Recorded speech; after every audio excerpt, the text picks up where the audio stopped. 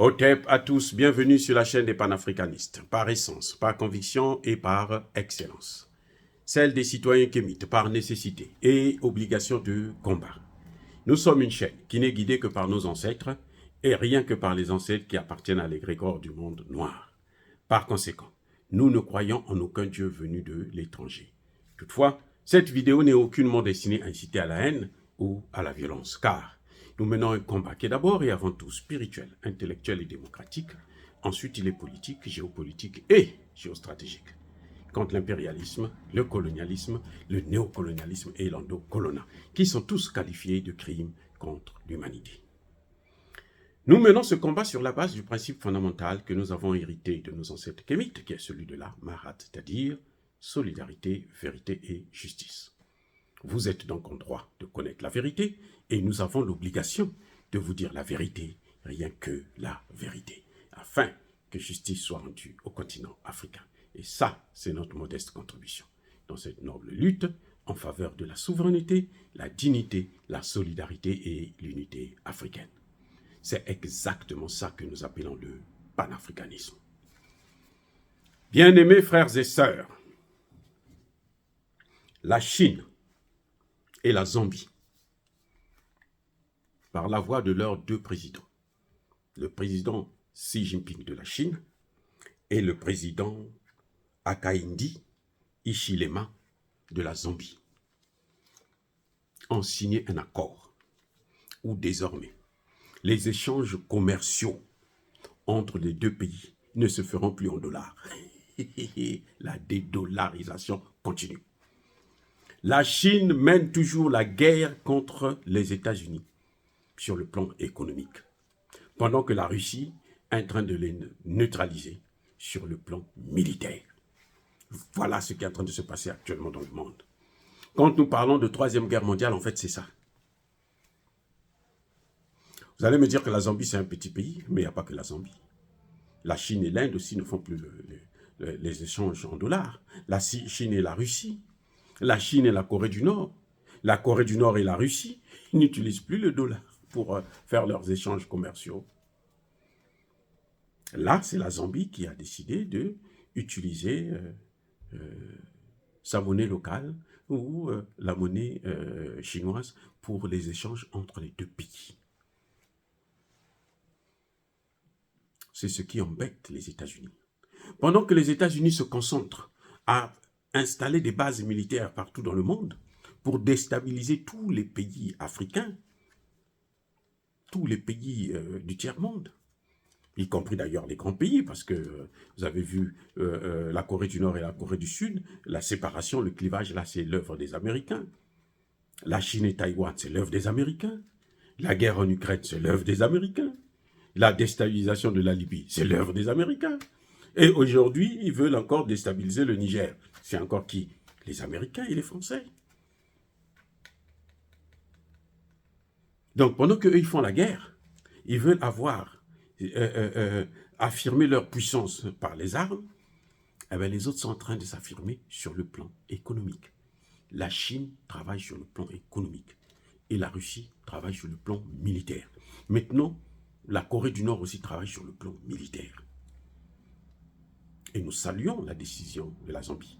Parce que je ne vois pas pourquoi la Zambie va faire des échanges avec la Chine et puis les États-Unis puissent avoir quelques intérêts là-dessus.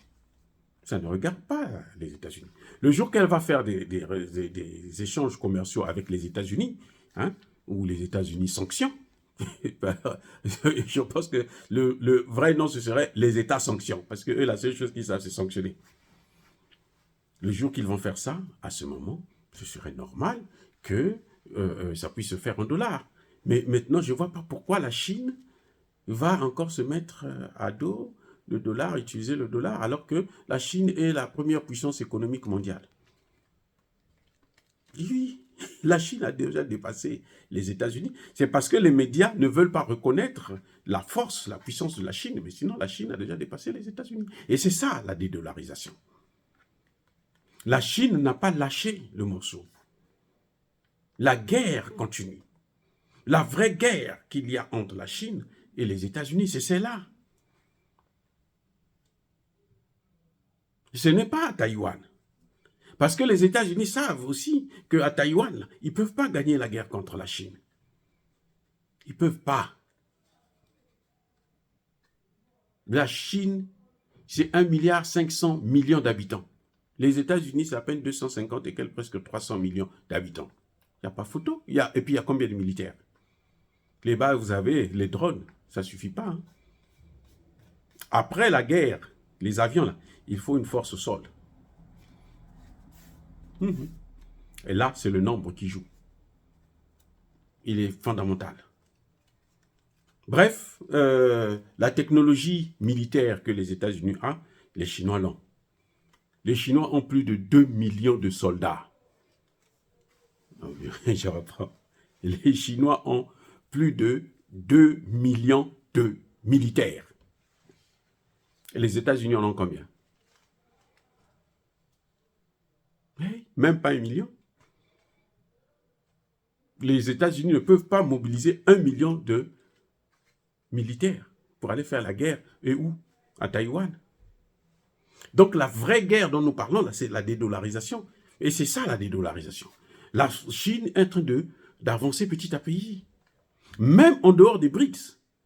Parce que là, ce sont des accords bilatéraux entre la Chine et la Zambie. Ce n'est pas dans le cadre des BRICS. C'est entre deux pays.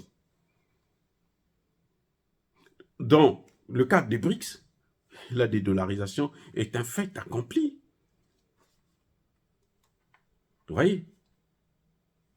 La banque de développement des BRICS ne fonctionne pas en dollars, non. Elle utilise toutes les monnaies des pays de BRICS, là. Et les BRICS sont prêts à travailler avec tous les pays sur la base en utilisant les monnaies locales. Oh, bien aimés frères et sœurs, comme il s'agit de la Zambie, ça nous regarde. On ne connaît pas encore la réaction des États-Unis. Ne soyez pas surpris d'apprendre que les États-Unis ont sanctionné la Zambie. Parce que tous ceux qui sortent de la dédollarisation, tous ceux qui vont vers la dédollarisation, j'allais dire, ils sont les ennemis des Américains. Saddam Hussein, le grand crime de Saddam Hussein, c'était d'avoir eu la volonté de vendre son pétrole dans une autre monnaie que le dollar. Kadhafi, il n'a pas eu de problème seulement parce qu'il voulait créer le franc CFA, non. Parce qu'en créant le franc CFA, la monnaie plutôt africaine commune, cette monnaie serait au-dessus du dollar. Et cette monnaie serait une monnaie d'échange pour les 54 pays africains qui pourraient commercialiser, vendre leurs matières premières en monnaie africaine commune. C'est pour ça qu'on a tué Kadhafi. Donc, la Zambie court un risque. Mais nous saluons le courage du président zambien pour prendre des engagements afin de sortir d'une obligation. Puisque quand vous avez le dollar, là, aujourd'hui, à n'importe quel moment, les Américains peuvent bloquer vos avoirs. Et personne ne dira un seul mot. Ils l'ont fait avec la Russie. Ce n'est pas avec des petits pays comme la Zambie et autres qui n'ont pas assez de ressources qui ne vont pas le faire. Dire cela, c'est inciter à la haine ou à la violence? Non. Colère, encore une fois de plus, bien-aimés frères et sœurs, soyez bénis, abondamment bénis, par le Dieu des Kémites et par nos ancêtres angélisés. Mais que tous ceux qui persécutent le continent africain, le pillent et le déstabilisent, qu'ils soient noirs, blancs, chinois, arabes, indiens, qui qu'ils soient punis, maudits, foudroyés, neutralisés, écrasés, effacés par ce Dieu des Kémites et par nos ancêtres angélisés. Vive l'Afrique éternelle, j'ai dit et j'assume.